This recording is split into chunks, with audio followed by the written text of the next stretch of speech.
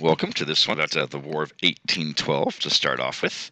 And the War of 1812 is, you can maybe see this picture down here at the bottom. Whoops, looks like we, once again, I select pen all the time.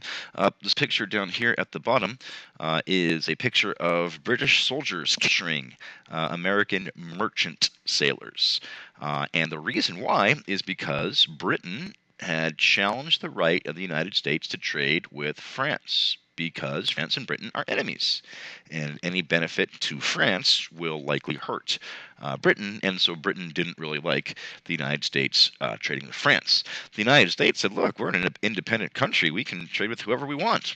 Well, the British said, well, maybe, but not really, because the British began to impress U.S.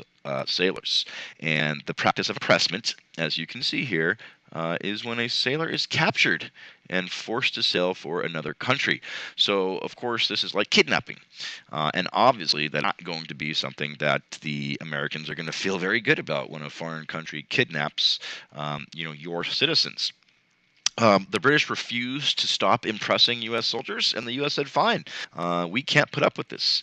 And they, of course, went to war, the War of 1812, which for some reason a lot of people say, oh, it was a tie, it was a tie. Well, not exactly. Washington, D.C. was burnt. And usually when your capital city is burnt to the ground and the other side, nothing happens to them, that usually means that you lost the war. But people still insist that it was a tie, even though the British burnt down our capital city and we didn't do anything to them. The other thing of note, of course, is the Star-Spangled Banner was created by Francis Scott Key. And I always thought it was weird, just on a personal note, why is our national anthem based on a war that we lost? It just seems bizarre, but I don't make the rules. The War of 1812 ended up ending with Trent, and it basically reestablished the status quo. This means that nothing really changed. They fought the war, and it didn't really change anything, even though the United States lost. Their independence was affirmed because Britain said, you know what, it's just not going to be able, we're not going to be able to capture the United States. We might be able to go there, do some damage, destroy some things, but we're not going to be able to take over the United States. And so that's what we mean by it affirmed U.S. independence, and that's why some people say it was a tie. I guess they must just ignore the actual battles that took place. Well, at the War of 1812, we had a new president, and James Monroe, and he issued the Monroe Doctrine, in which he said that the Western Hemisphere is no longer open to European colonization. And there you see Europeans over there on their hemisphere, and here is supposed to be James Monroe saying, look, you guys stay over there, don't mess with our stuff. If you already have colonies in the Western Hemisphere, that's fine. We're not going to make you dismantle them and leave. If you already have them here, that's fine. But no more new colonization in the Western Hemisphere. And that sort of eased fears about, well, who's going to come and try to colonize in California or in Latin America. And this was a warning saying, look, we will not put up with this. So you guys stay. Now, in return, the U.S. promised to stay out of European affairs as long as the Europeans stay out of ours.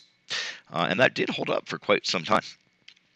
Another thing, the Panic of 1812, and a note on any sort of economic crisis, we're always going to be able to draw similarities. And this is similar to what happened in our recent housing crisis, although maybe it's not so recent anymore, 2008, 2009. But the commonalities are always there. It starts with good economic conditions. In this case, it was agriculture. Was very, very big. A lot of sales were growing. Things weren't going too well in Europe. Europe was buying a lot of our products, and that gave people disposable income, meaning money that they could use for things other than survival. And some people said, look, let's go invest some of this money. Maybe we can make some more. And that's when they speculated on Western land, meaning that they thought that the value will go up eventually. The countries grow, there's going to be more need for land, let's invest, and, hopefully when values increase, we will make a huge profit. And this is very, very common. And people had the money to at least put down payments and pay part of it, but there was also easy credit. The bank saying, look, this is a guaranteed profit. We know we're going to grow. We know people are going to need land. We just have to wait. And so the banks were giving loans out very easily. People had money to spend. It looked like everything was going to be great for as long as we could see. But conditions improved in Europe, and the agricultural sales in the United States dropped. People had less spendable money. They started falling behind on their loans. Banks were forced to recall their loans, where you demand immediate payment. And some people, many people in fact, were unable to repay their loans. It went into foreclosure, and foreclosure means that you lose your property. And because of foreclosure, land value around other places also went down. So even if you did want to sell your land, you wouldn't have enough money to repay your loan. And this, unfortunately, is very, very similar to what happened in our most recent housing crisis. All right. Well, thank you so much.